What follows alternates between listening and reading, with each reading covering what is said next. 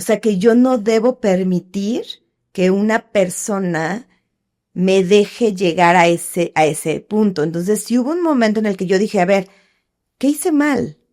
Y me sentí triste y me sentí frustrada, la frustración, porque creo que si tú no te permites sentir estos pasos, muchas veces esta forma muy positiva de ser se te empieza a acumular.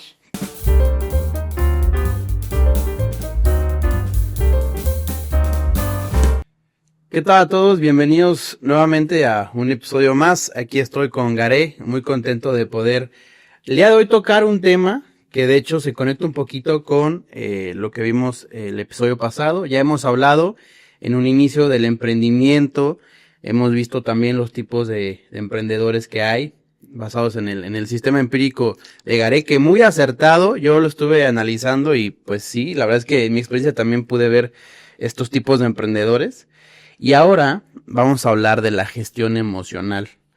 La vez pasada cerrábamos un poquito hablando de esto y fue muy interesante. Garé, nos compartías también algunos mecanismos que tú tenías, ¿no? Para gestionar en momentos críticos estas emociones y fue muy benéfico, ¿no? Para mí y estoy seguro que para todos los que lo escucharon. Amiga, platicamos un poquito de este tema. Ok, mira, vamos a hablar primero de las emociones más críticas. O sea, bueno, a mi gusto, las que más te pueden ocasionar esos momentos difíciles, sobre todo en el emprendimiento. Uh-huh. Entonces son desde estas emociones que son desde antes de emprender, durante el emprendimiento, y la verdad es que la gestión de emociones la tienes que estar trabajando en todo momento, sobre todo en este mundo que cambia, que fluctúa, ¿no? Sí. Entonces el primero que vamos a hablar es el miedo al fracaso. Okay. De hecho, es chistoso. Muy común. De hecho, es chistoso porque en TikTok, sobre todo en TikTok, hubo muchos comentarios en uno de los Reels uh-huh. de por qué uso la palabra fracaso, que para ellos son aprendizajes, para ellos han sido momentos de gran crecimiento, o sea, le cambian las palabras, ¿no? Sí. Y yo en varias veces respondí, es que yo en mi forma de verlo, ahora sí que yo respeto mucho cómo cada emprendedor maneja las emociones, ¿no? Al final de cuentas, son diferentes formas de manejar la misma emoción. Ahora, yo uso mucho la palabra fracaso precisamente porque siento que entre más la usas, menos fuerza tiene la palabra. Como que para mí, en mi experiencia, es como quitarle esa fuerza. Muchas veces siento que cuando alguien te dice, eres un fracasado, y y esa palabra tiene esa fuerza para ti, híjole, te va a golpear horrible. Como para mí el fracaso es algo cotidiano y es parte del día a día, si alguien me dice eres una fracasada, sí, realmente sí he tenido mis fracasos, o sea, no tengo ningún problema con... Entonces siento que le quitas esa fuerza, porque sí es una palabra que utilizada de una forma muy negativa es fuerte, o sea, porque claro, puede ser desde no vales nada hasta tuviste una caidita, ¿no? Uh-huh. Entonces yo la uso mucho precisamente porque siento que de esa forma le quito esa fuerza a esa palabra. ¿Por qué? Porque sí hay mucho miedo al fracaso, sobre todo cuando decides emprender. Y más porque lo vas a oír mucho. No tanto miedo al fracaso como tal, pero vas a oír mucho, oye, ¿estás seguro? Oye, ¿ya tienes un sueldo fijo? Digo, en mi caso yo tenía un muy buen trabajo y tenía un buen sueldo y tenía un sueldo fijo. Decían, ¿estás segura? Pero no es mucho riesgo. Y vas a oírlo mucho, no es mucho riesgo. Entonces tú empiezas a decir, ¿no es mucho riesgo? ¿Por qué lo estoy haciendo? Si yo ya tengo algo seguro, entonces este miedo al fracaso creo que es de las primeras emociones que hay que trabajar y muchas veces, en mi forma de verlo, es asumiendo el que va a suceder. Tal vez no el fracaso total, porque te digo que en TikTok sobre todo hubo muchos comentarios de, es que yo no he tenido fracasos, he tenido aprendizajes. Ok, vamos a tener muchos aprendizajes en este camino. He visto mucho eso. Vamos a tener muchos días donde dices, Dios mío, ¿por qué me metí en esto? Sí. La palabra que quieras utilizar, no existe un solo emprendedor que no tenga esos días de grandes aprendizajes. Sí. Y eso que hablas, sin salirme del tema, pero es un poquito el reflejo de lo que hoy en día se conoce comúnmente como esto de la generación de cristal, ¿no? O sea, a la gente le cuesta mucho trabajo concebir la palabra fracaso. Evidentemente un fracaso viene con un aprendizaje, pero no por eso deja de ser un fracaso. Y hay que llamarlo como tal. Un fracaso, desde mi óptica, y tan solo por el simple significado de la palabra, es algo que sale mal de lo que tú ya habías planeado, ¿no? O sea, si tú tienes un plan y ese plan no sale bien y sale de otra forma y gracias a eso no logras alcanzar el objetivo que te planteaste, eso es un fracaso. Va a traer un aprendizaje, evidentemente, pero tampoco hay que huir de lo que tú dices, ¿no? A la palabra fracaso, sino hacerla parte de, no que sea tu concepto favorito, obviamente, ¿no? Y siempre persiguiendo, pero eso es, o sea, no hay más, ¿no? No. Siento que hace falta como que las personas en general, ¿no? Porque bueno, también redes sociales es una plataforma para que el hate esté a la orden del día y no tanto en un afán de molestar a alguien, sino más bien como de que la gente ahí suele muy comúnmente decir, no estoy de acuerdo, como que con mucho ojo crítico, no estoy de acuerdo con esto, no, es que no es un fracaso, pero sí, yo creo igual que tú, que un fracaso es literal eso y no hay que ni cambiarle ni maquillarle, va a haber un aprendizaje obviamente. Creo que seríamos tontos si no aprendemos de un fracaso, ahí es donde estaría muy mal, pero sí, de acuerdo, o sea, el fracaso está ahí y tan tan.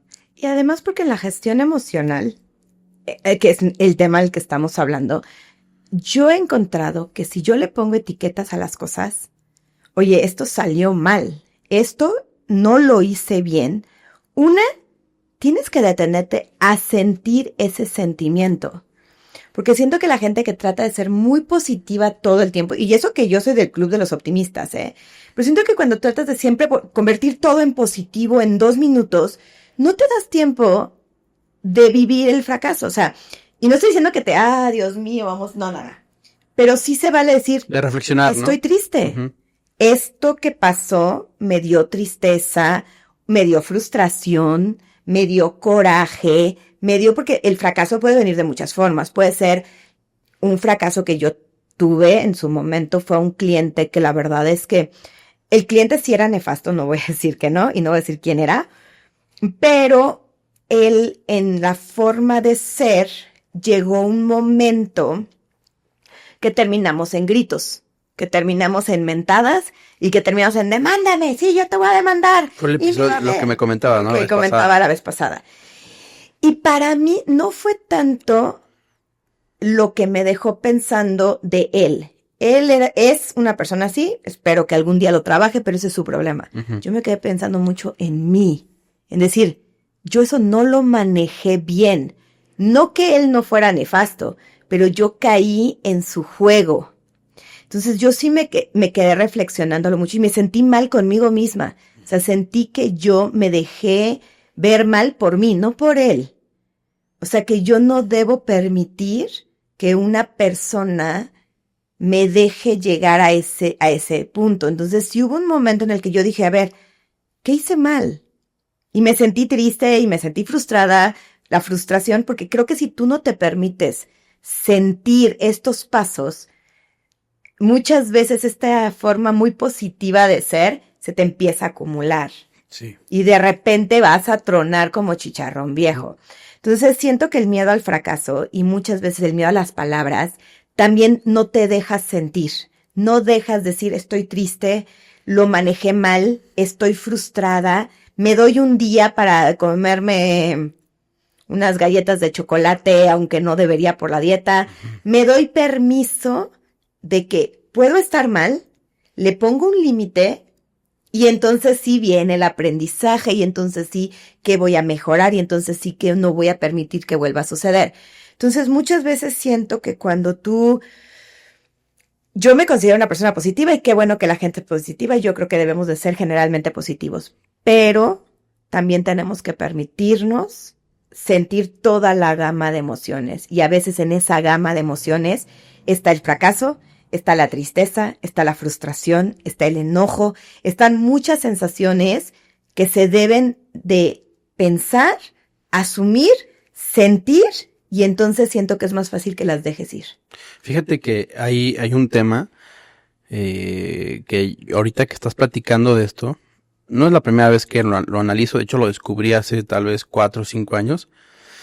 Yo era de esos, y no sé si por ser hombre, porque siento que es bien sabido en general que como hombres lidiamos de una forma diferente con la gestión emocional. Digo, algunos sí se pasan, ¿no? Y tienen otro, o más bien no tienen filtros, ¿no? Ni un sistema ni nada. Pero sí es bien importante dejarse sentir. Y decir, tú mismo concientizar y decir, me siento así. O sea, estoy sintiendo ahorita esto. Pero como que hay una connotación de debilidad a veces, que siento que como hombres le huimos de saber expresar y decir, estoy triste. O poder decir, sabes que tal vez estoy deprimido. Tal vez estoy frustrado. Como que como hombre estamos como habituados, tenemos este mecanismo de no, es que no pasa nada, no, pues sí, me enojé poquito, pero, y en vez de, pues sí, de sacarlo, de hacer una catarsis o de hacer una reflexión o de vaciarlo de alguna forma en una plática o algo, como que simplemente tratamos de que se quede aquí, después como que se vaya yendo y seguir con nuestra vida y ritmo, pero eso sí siento que es contraproducente. Fíjate, y toco rapidísimo un tema personal. Yo nací en un hogar, mis papás se divorciaron, disfuncional, como desde los 3 años. Y siempre ese tema, de una u otra forma, desde mi infancia fue algo que fue un tema importante, negativamente hablando, para mí.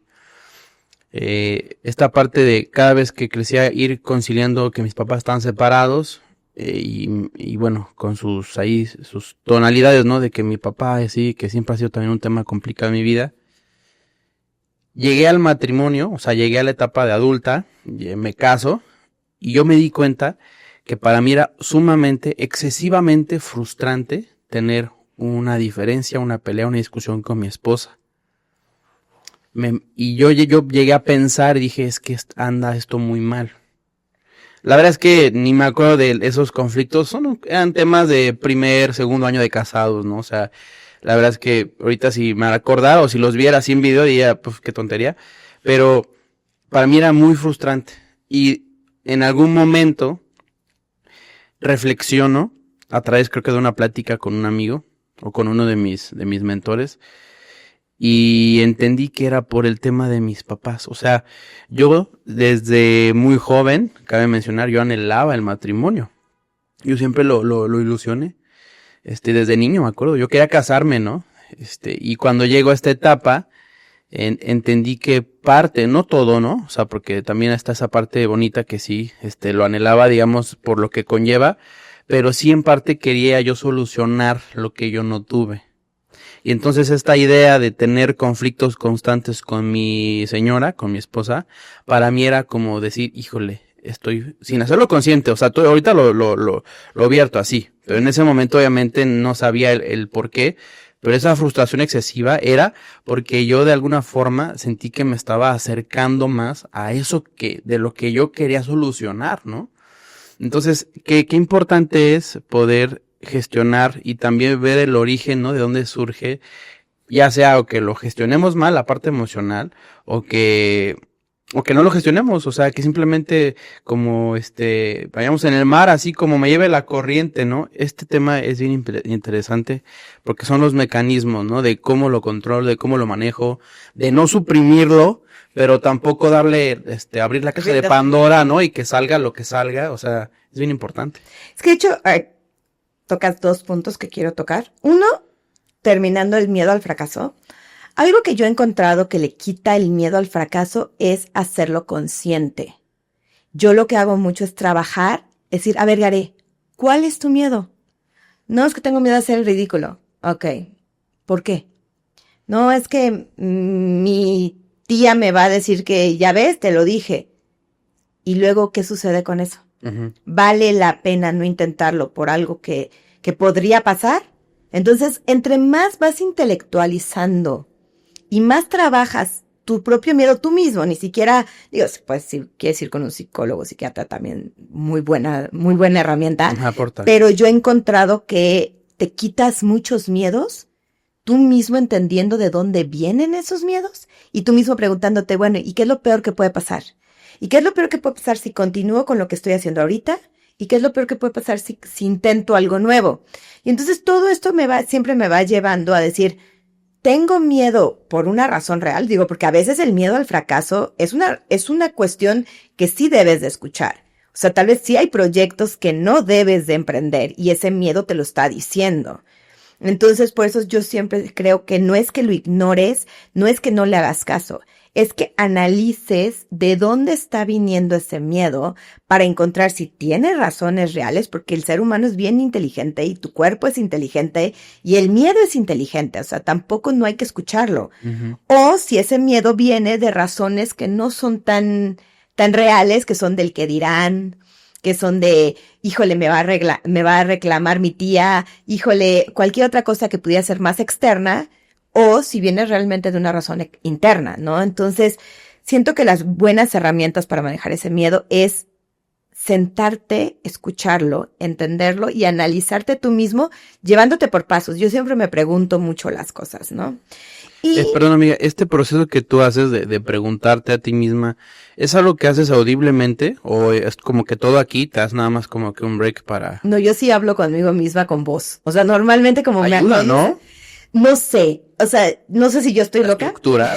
Pero sí yo me hablo a mí misma en voz alta. O sea, muchas veces trato de estar en mi recámara, o a veces estoy en el jardín, en un lugar y empiezo a ver, Garé, ¿qué está pasando? ¿Por qué sientes ese nudo en el estómago? Híjole, ¿será por esta situación que pasó? Entonces, yo sí lo hablo en voz alta conmigo misma y siento que mi cerebro lo funciona mejor. Uh-huh. Yo me he dado cuenta que entre más exteriorizo lo que estoy pensando, como que mejor funciono. No estoy diciendo que sea la herramienta para todo el mundo, pero yo sí, como los locos, hablo conmigo misma en voz alta. Yo creo que es muy buen método, ¿eh? En general yo también no lo hago tan así. Yo, por ejemplo, yo lo hago a través de la oración. Uh-huh. Yo platico con Dios y mientras estoy platicando de un tema en específico, se va aclarando, ¿no? Eso ayuda y pues bueno, creo que es muy bueno porque sí, aquí adentro hay un mar, ¿no? De ideas y en ese mar a veces se pierde. Pero el decirlo, como cuando tienes un tema y no tienes clara la idea, no te ha pasado que dices, o que lo hablas con tu esposo, ¿no? Y entonces dices, ya ahorita que le estoy platicando, ya entendí esto, ¿no? O sea, necesitas a veces sacarlo y estructurarlo para tú mismo como que darte forma, ¿no? De hecho, esa es otra que hago, hablo o con mi esposo o con mi mamá. Mi mamá sobre todo ya conoce la regla, a veces le digo, I'm just calling to ramble.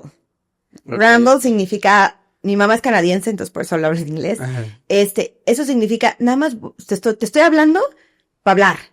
Y ya mi mamá sabe que nomás le va a hacer, ajá, porque sabe perfectamente que no estoy pidiendo opiniones, no estoy realmente, nada más la estoy usando como micrófono. Para rebotar ideas. Ajá. Entonces ya tenemos la regla porque ella también lo hace conmigo. Qué padre. A veces me dice, I just need to ramble. A veces nada más necesito sacar qué le fue mal en el banco, cualquier frustración, me llama y yo, ajá. Ya sabemos que no queremos intentar resolverlo, no queremos intentar que nos den un comentario, una opinión. Lo único que necesitamos en ese momento es platicar la emoción, ¿no? Entonces uso a mi mamá mucho para eso. Mi esposo también ya sabe que cuando nada más estoy hablando, ya sabe que mejor, porque al principio, como buenas parejas, él intentaba resolverlo y yo me frustraba mucho porque yo no quería que lo resolviera. Entonces ya ahorita ya tantos años juntos, ya llegamos al punto de entendimiento de cuando nada más lo estoy usando como micrófono, pero mi mamá lo hace mucho mejor todavía. Okay. Y esto nos lleva al siguiente punto, que de hecho tú también lo mencionabas en lo de tu pareja y tu esposa, que es la coherencia emocional, ¿no? Algo que nos pasa mucho al ser humano y sobre todo cuando eres emprendedor, que a veces pasas de 0 a 1000 en un segundo. Puedes pasar de que alguien te diga, oye, arquitecta, no me gustó el piso. Ah, pero si ese fue el que tú me pediste, ya te dije, pero te lo dije que no te iba a gustar, ¿no? Y de repente hasta el cliente queda así, o al revés, ¿no? El cliente reacciona así, oye, este cliente no va a llegar el carpintero a las 10, va a llegar a las 12. ¡Ah! Pero entonces, y a veces esa es la coherencia emocional, el saber manejar cuál es la información, cuál es el sentimiento y cuál es el correcto manejo de ese sentimiento. Entonces, como tú decías, a veces en el matrimonio puedes empezar con algo como de, oye, te pido que no uses esa taza porque esa taza me gusta más a mí. Y tú, es que siempre me dices lo que tengo que hacer. Y entonces yo, es que no, todo me lo tomas a mal. Y se puede volver un súper mega pleito porque es que me lo dijiste bien feo. No, yo no te lo dije feo, tú me lo tomaste a mal. Y así lo vas armando y de repente no hay coherencia porque algo tan simple como usa o no usa la taza se puede volver la tercera guerra mundial, ¿no? Sí. No, ya después ni sabes el origen, ¿no? Pero sabes que hay un conflicto y que están peleados. Duran 2 días sin hablarse sí, y vas a decir, ¿por qué no estábamos? O sea, ¿cuál fue? Sí, ¿cuál era? Entonces, esa coherencia emocional es súper importante. El quitarle, es que me lo dijiste en esta forma. En lugar de asumir que me lo dijo en mala forma, mejor preguntarle, oye, Héctor, ¿estás molesto? No. Es que me dijiste en mala forma lo de la taza. No, para nada, perdón, estaba yo pensando en otra cosa. O lo dije en un tono de frustración, pero porque acabo de tener una llamada. Y entonces muchas veces cuando tú tomas el tiempo, no de asumir cómo te lo supuestamente dijo la otra persona, sino si tú lo sentiste así, mejor pregunta. Oye, ¿estás molesto? Oye, ¿estás irritado? Oye, ¿estás agotado? El otro día vi un podcast y yo lo he estado intentando y la verdad es que sí te cambia un montón la perspectiva, ¿eh? Uh-huh.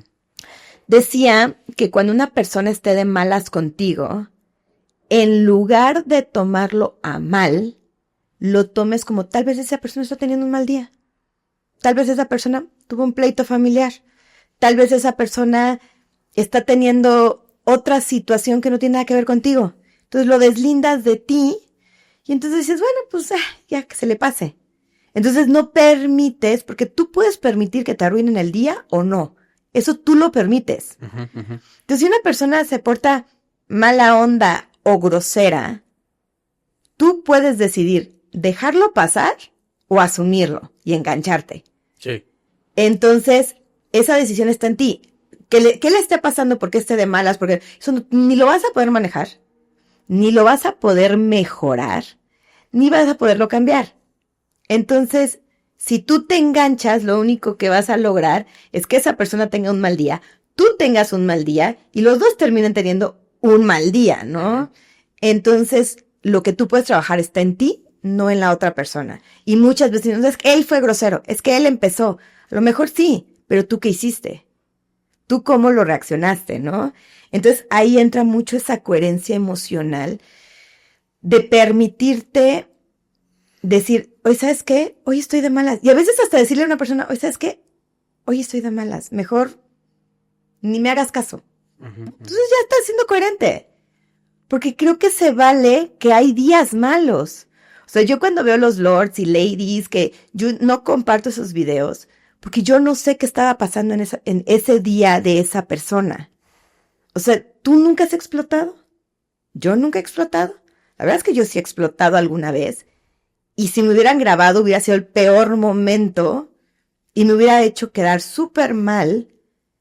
Y tal vez es porque tú vienes cargando muchas veces y por mismo, como no tenemos un buen trabajo emocional, a veces tú traes otra frustración que nomás estás buscando a quién sacársela. Uh-huh. Entonces, esa coherencia emocional es muy importante aprender a manejarla como emprendedor porque los clientes te van a gritar. Los clientes van a estar frustrados, los clientes van a estar molestos. Tú puedes intentar hacer todo lo mejor posible del mundo y se te van a salir cosas de las manos. En mi caso no llega el carpintero, en mi caso no llega el material, aunque ya juraron y perjuraron que estaba confirmadísimo. Hay muchas cosas que yo he tenido que manejar clientes que llegan. Y yo, a ver, tranquilo, platiquemos, ¿cuál es tu problema? Pero si yo me pongo en el mismo nivel de enojo de la otra persona, sí, todo crece. Todo crece y no vamos a resolver absolutamente nada. Claro. Entonces, esa coherencia emocional es súper importante. Y yo creo que es de las cosas más difíciles como emprendedor, el aprender a manejar tus emociones y las emociones, tanto de la gente que trabaja contigo, hasta de tus clientes, hasta del mundo.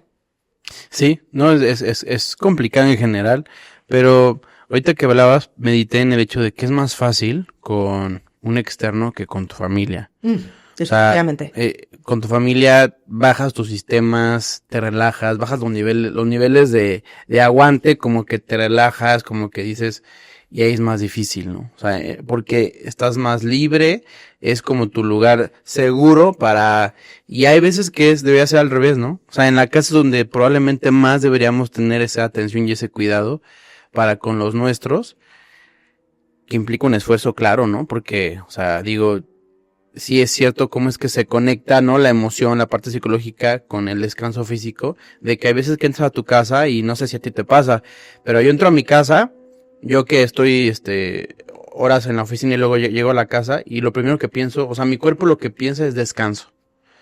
Pero hay veces que necesitas llegar y dar algo, esforzarte intelectualmente para escuchar a tu esposa, escuchar esto, tus hijos que quieren esto y aquello, y entonces es como que dar este segundo esfuerzo, pero debería ser al revés, ¿no? Ahí primero debería estar la parte fuerte, digamos, y con los clientes, pues también importante, pero ¿quién es más importante, no? No, pero yo creo que con la familia también se vale, y ahí entra la humildad de las parejas. A mí me ha pasado que de repente mi esposo, y me dice, oye, Gare, ¿sabes qué? Perdón, estaba yo enojado, estaba de malas y exploté contigo. Y ahí está en mi parte también decir, te entiendo. Y al revés, porque ha habido veces que yo, y de repente me doy cuenta, después de que ya explotamos los dos, digo, no manches, ¿de veras estaba enojada con él? ¿O estaba yo sacando frustraciones que yo ya traía? Entonces, también es decir, oye, amor, ¿sabes qué?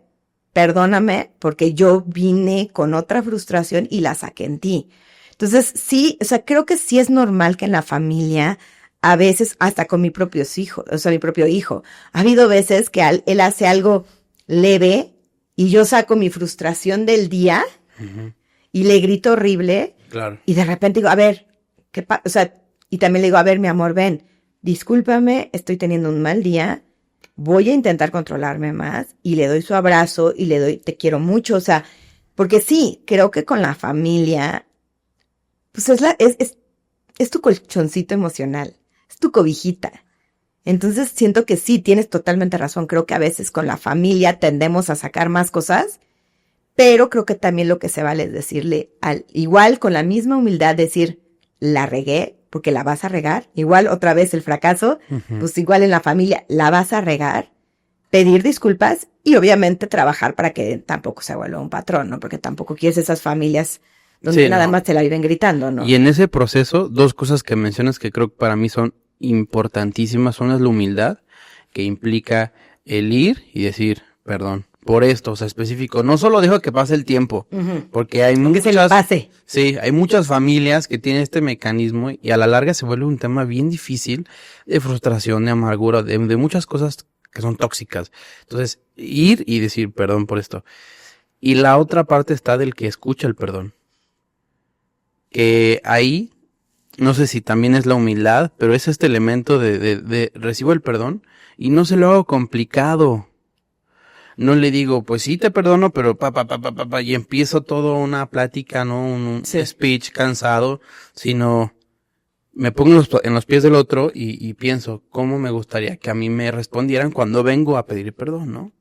Sí, puede que a lo mejor por allá haya todavía un enojito o algo, pero el decir, ok, sí, te perdono, nada más, vigílalo, ten cuidado, pero sí, no te preocupes, vamos adelante, no, sí está bien, amor, besito, y seguimos. O yo lo que hago con mi esposo, porque yo sí soy de las de, ok, ya me pediste perdón, dame 5 minutos, dame chance de que se me baje. Porque a veces no es que ya no lo quieras perdonar, sino que todavía traes acá. Traes el furor. El diablito ahí. Entonces a veces le digo, ¿sabes qué? Sí, mi amor, te entiendo, te perdono, pero dame 20 minutos para calmarme, ¿no?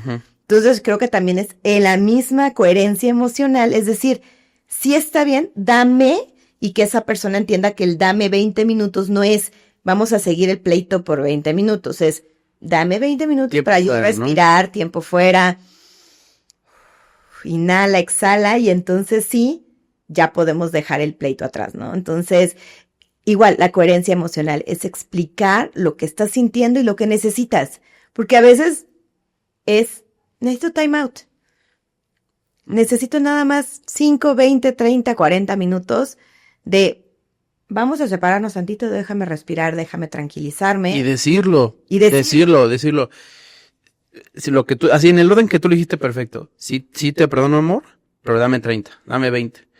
Y seguir, porque hay veces que dentro de y para hacer eso, Gare, se requiere control. Claro. Se requiere control para poder, sí estoy al borde de, pero necesito y tengo que decirle, dame este break, ¿no?